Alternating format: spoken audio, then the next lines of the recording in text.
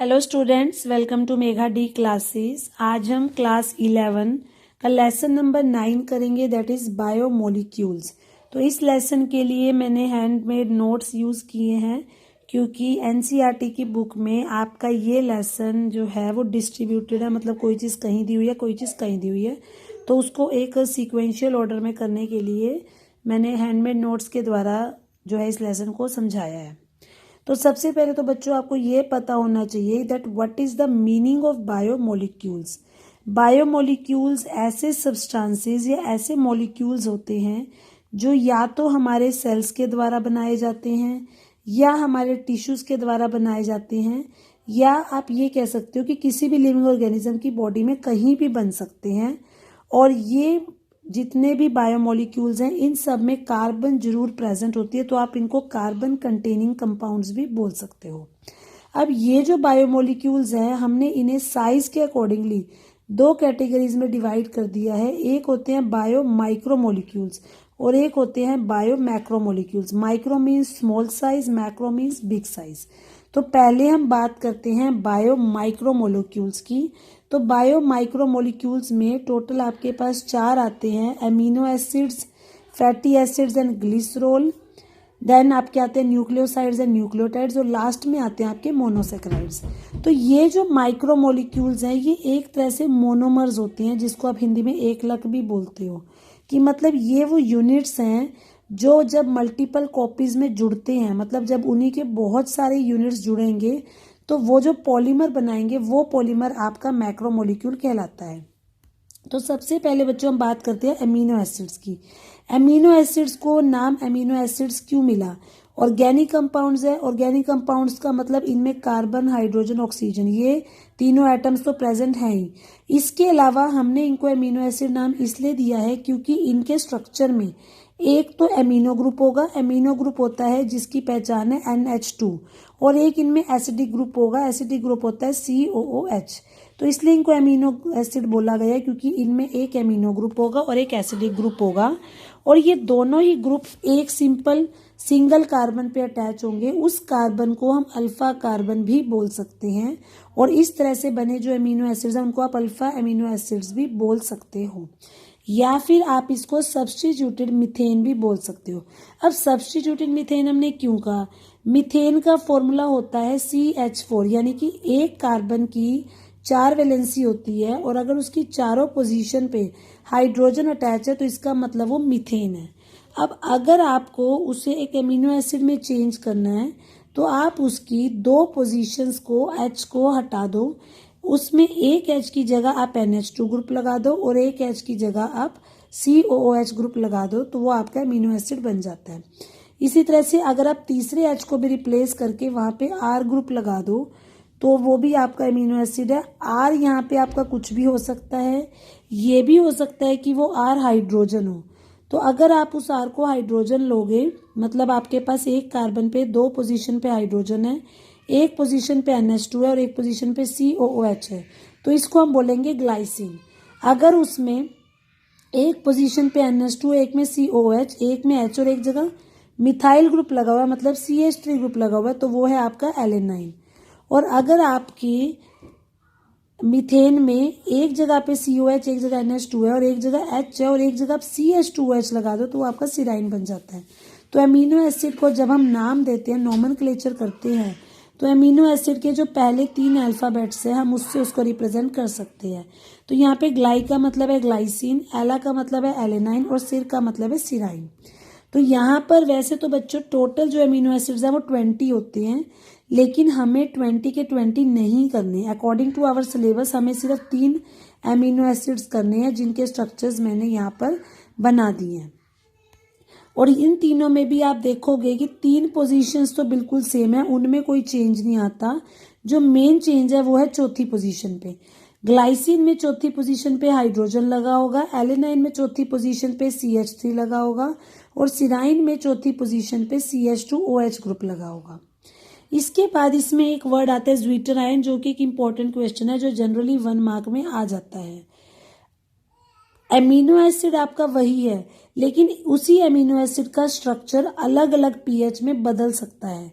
जैसे कि अगर आप एक सिंपल अमीनो एसिड का स्ट्रक्चर बनाओ और आप इसमें आयंस को इंटरचेंज कर दो, मतलब आप इसको आयंस की फॉर्म में दिखाओ, तो COOH के एक H को उठाकर आप NH2 को दे दो, तो NH2 जब एक H पॉजिटिव एक्स्ट्रा ले लेगा तो वो बन जाएगा NH3 पॉजिटिव, और COOH में से जब एक H निकल जाएगी तो वो COO नेगेटिव हो गया।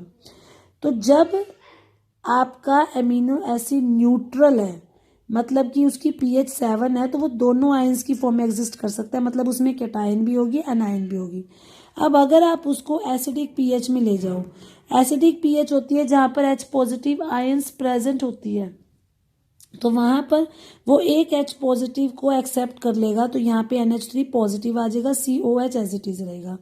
और यदि आप इसी ज्विटर आयन को बेसिक pH की तरफ ले जाओ, तो बेसिक की पहचान होती है जहाँ पे OH नेगेटिव होता है, तो वो OH नेगेटिव इस COH में से H को ले लेगा और वाटर को रिमूव कर देगा, तो ये आपका इस तरह की फॉर्म में आ जाएगा। तो मतलब एसिडिक pH में आपको कैटायन दिखेगी, बेसिक pH में आपको एनायन दिखेगी, लेकिन अगर आप नॉर्मल pH न्यूट्रल pH की बात करते हो तो वहां पर कैटायन और एनायन दोनों एक ही स्ट्रक्चर में एग्जिस्ट करती हैं, तो इसको हम बोलते हैं ज्विटर आयन, कि जब pH बदलने से अमीनो एसिड का स्ट्रक्चर चेंज हो जाता है। अब उसके बाद बच्चों आता है कि अमीनो एसिड कितने टाइप के होते हैं। हमने अमीनो एसिड्स को दो तरीके से क्लासिफाई किया है। एक हमने उसको इस टाइप से क्लासिफाई किया है कि उसमें आपके ग्रुप कौन सा जुड़ा हुआ है, उसमें एसिडिक ग्रुप है, उसमें बेसिक ग्रुप है, या उसमें न्यूट्रल ग्रुप है, या उसमें एरोमेटिक ग्रुप है। और दूसरा हम उसमें ये देखेंगे कि वो अमीनो एसिड जो है हमारे लिए कितना जरूरी है। तो पहले हम बात करते हैं ग्रुप के अकॉर्डिंगली। ग्रुप के अकॉर्डिंगली आपके अमीनो एसिड एसिडिक हो सकते हैं अगर उनमें एसिडिक ग्रुप लगा हुआ है, बेसिक हो सकते हैं अगर उनमें बेसिक ग्रुप लगा हुआ है, न्यूट्रल है अगर उसमें दोनों ग्रुप्स हैं, और एरोमेटिक है अगर उनमें कोई रिंग स्ट्रक्चर जुड़ा हुआ है।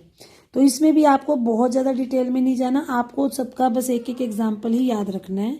जैसे कि एसिडिक अमीनो एसिड का एग्जाम्पल है glutamic acid, basic amino acid का एग्जाम्पल है लाइसिन, न्यूट्रल अमीनो एसिड का एग्जाम्पल है वेलाइन, और एरोमेटिक अमीनो एसिड का एग्जाम्पल है टायरोसिन। इसी तरह से एसेंशियलिटी की वो अमीनो एसिड हमारे लिए कितना जरूरी है, इस आधार पे भी हम उसे क्लासिफाई कर सकते हैं। तो इसमें हमने उसको दो कैटेगरीज बना दी, essential and non essential. Essential का मतलब होता है जरूरी। तो एसेंशियल अमीनो एसिड्स वो अमीनो एसिड्स हैं जो हमारे लिए बहुत ही ज़्यादा जरूरी हैं, पर वो हमारे शरीर के अंदर बनते नहीं हैं, तो हमें उनको बाहर से किसी और रूप में लेना पड़ता है। तो टोटल 20 में से 8 अमीनो एसिड्स ऐसे हैं जो एसेंशियल हैं। इसमें एग्जाम्पल है ल्यूसिन, लाइसिन, थ्रियोनिन। अगेन आप एक या दो एग्जाम्पल्स याद कर लो तो सफिशिएंट है।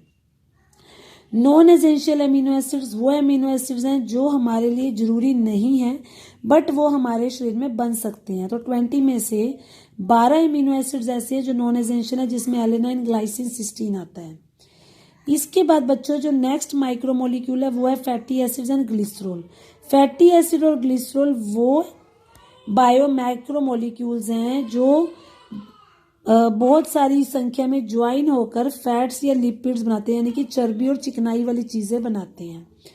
तो फैटी एसिड जो है उसमें भी क्योंकि एसिड शब्द लगा हुआ है, तो इनमें भी हमेशा एक कार्बोक्सिल ग्रुप होगा, मतलब इनके पीछे भी COH ग्रुप आपको जरूर मिलेगा, और उसके साथ एक R ग्रुप होगा। R ग्रुप को आप चाहो तो ओपन करके इस टाइप से भी लिख सकते हो, या आप चाहो तो उसको इस तरह से फॉर्मूले की फॉर्म में भी लिख सकते हो। तो इसमें भी आपके पास बहुत सारे एग्जाम्पल्स आते हैं, जैसे पामिटिक एसिड है, एरिकिडोनिक एसिड है। फर्क सिर्फ इतना है कि पामिटिक एसिड में सिंगल बॉन्ड होगा, एरिकिडोनिक एसिड में आपका डबल बॉन्ड आ जाता है। पामिटिक एसिड होता है CH3 CH2 COOH। आप चाहो तो इसको ऐसे भी लिख सकते हो, या आप चाहो तो इसमें कार्बन, हाइड्रोजन और ऑक्सीजन को अलग अलग भी काउंट कर सकते हो। जैसे आप इसमें देखोगे टोटल जो कार्बन है वो 16 है, एक इसकी, 14 इसकी और एक इसकी। हाइड्रोजन अगर आप देखो तो 3 हाइड्रोजन इसकी हैं, 28 यहाँ पे और एक इसकी, यानी कि टोटल होगी 32, और ऑक्सीजन 2 है। तो आप चाहो तो इसको C16H32O2 भी लिख सकते हो, या चाहो तो आप इसको इस फॉर्म में भी रिप्रेजेंट कर सकते हो। इसी तरह से जो एरिकिडोनिक एसिड है उसको आप चाहो तो फॉर्मूले की फॉर्म में भी लिख सकते हो, या चाहो तो आप उसको ओपन करके चेन स्ट्रक्चर में भी दिखा सकते हैं। इसके अलावा जो दूसरा मोनोमर फैटी एसिड के साथ जुड़ता है वो है ग्लिसरॉल। आपने 10th क्लास में किया होगा, जिस भी चीज के पीछे ओल शब्द लगा होता है इसका मतलब वो अल्कोहल है, और अल्कोहल की पहचान ये होती है कि उसके पीछे OH ग्रुप लगा होता है। ग्लिसरॉल 3 कार्बन वाला कंपाउंड है, तो इसका फॉर्मूला है CH2OH CHOH CH2OH, यानी कि इसमें 3 कार्बन है, यानी कि प्रोपेन आप इसको बोल सकते हो, और इसके साथ 3 हाइड्रोक्सिल ग्रुप लगे हुए हैं, तो आप इसको ट्राई हाइड्रोक्सी प्रोपेन भी बोल सकते हो। अब ये जो फैटी एसिड्स हैं ये भी 2 तरह के हो सकते हैं, सैचुरेटेड एंड अनसैचुरेटेड, जिसको आप हिंदी में संतृप्त और असंतृप्त भी बोल सकते हो। सैचुरेटेड होते हैं जो जनरली स्ट्रेट चेन होंगे, अनसैचुरेटेड होंगे जिनके स्ट्रक्चर में बेंडिंग होंगी, मतलब कहीं कहीं जगह से मुड़े हुए होंगे। सैचुरेटेड में सिर्फ सिंगल बॉन्ड होता है, अनसैचुरेटेड में डबल या ट्रिपल बॉन्ड हो सकता है। Saturated fatty acids room temperature पे सॉलिड फॉर्म में रहते हैं, मतलब पिघलते नहीं है, ठोस होते हैं जैसे कि बटर या घी। लेकिन जो अनसैचुरेटेड फैटी एसिड है वो रूम टेम्परेचर पे लिक्विड की फॉर्म में होते हैं जैसे कि तेल। अब क्योंकि सैचुरेटेड सॉलिड है तो उनको पिघलाने के लिए ज़्यादा हीट देनी पड़ती है, इसलिए उनका मेल्टिंग पॉइंट ज़्यादा है। अनसैचुरेटेड को कम हीट देनी पड़ती है, इसलिए उनका मेल्टिंग पॉइंट कम है। फैटी एसिड में एग्जाम्पल आता है पामिटिक एसिड और स्टीयरिक एसिड, और अनसैचुरेटेड में एग्जाम्पल ऑलिक एसिड। अगर आप इनका फॉर्मूला याद रख सकते हो तो ठीक है, अदरवाइज अगर आप इनके नेम्स याद रख लो तो वो भी सफिशिएंट है। तो आज की वीडियो में हमने 2 माइक्रोमोलिक्यूल्स के बारे में पढ़ा, एक था अमीनो एसिड जो प्रोटीन्स बनाते हैं, और एक फैटी एसिड एंड ग्लिसरॉल जो फैट्स और लिपिड्स बनाते हैं। बाकी के जो हमारे 2 माइक्रो मॉलिक्यूल्स रहते हैं उन्हें हम अपनी नेक्स्ट वीडियो में डिस्कस करेंगे।